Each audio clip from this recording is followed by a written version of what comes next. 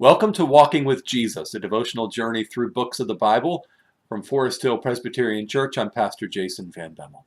Well, we're in day 36 now of our journey through the book of Hebrews, coming closer to the end of chapter 10, looking today at verses 26 to 31, and asking this question: do New Testament believers still need to fear God?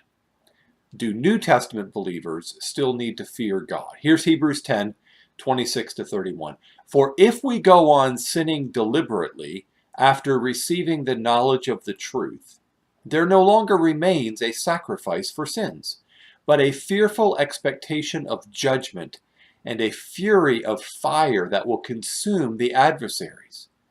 Anyone who has set aside the law of Moses dies without mercy on the evidence of 2 or 3 witnesses. How much worse punishment do you think will be deserved by the one who has trampled underfoot the Son of God and has profaned the blood of the covenant by which he was sanctified and has outraged the Spirit of grace?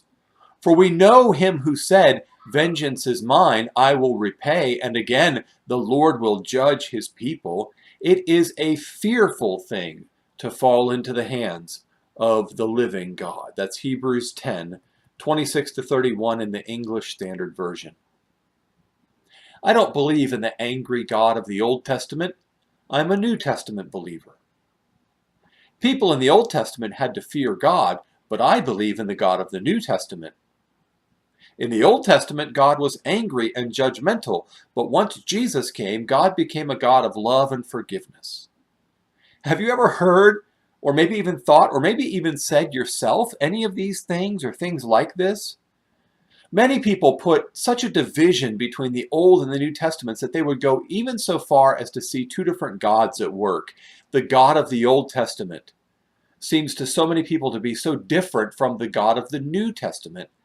Now, this is due mostly to stereotypes, misconceptions, and a superficial reading of some isolated portions of the Bible.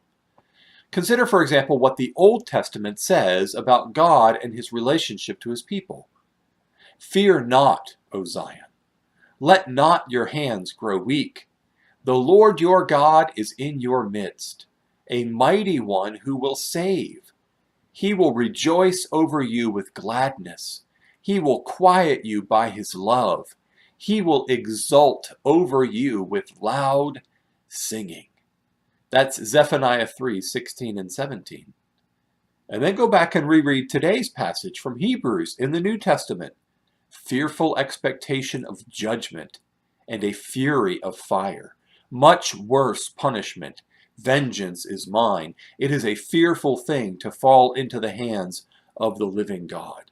This is seriously sobering language. We cannot say that the fear of the Lord ends with the close of the Old Testament, can we? After all, it was Jesus himself who said, "Do not fear those who can kill the body but cannot kill the soul. Rather fear him who can destroy both soul and body in hell." That's Matthew 10:28. You see, it is never safe to reject the grace of God.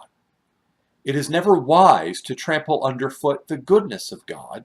And the more grace and the more goodness God has given, the more dangerous and foolish it is to spurn it and trample it underfoot.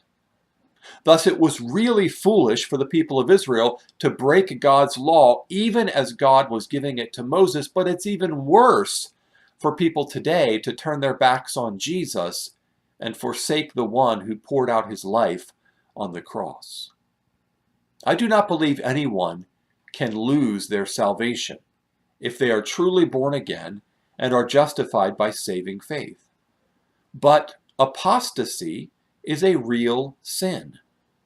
Professing Christians who believe they are redeemed but are mistaken do fall away from the faith, deny Jesus, and end up under God's wrath. So, we should rejoice in the salvation that we have in Jesus, but we should also rejoice with trembling in the fear of the Lord. We should seek the Lord for the grace to never deny Jesus, never turn away from the faith.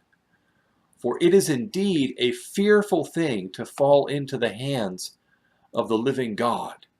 And that is New Testament theology.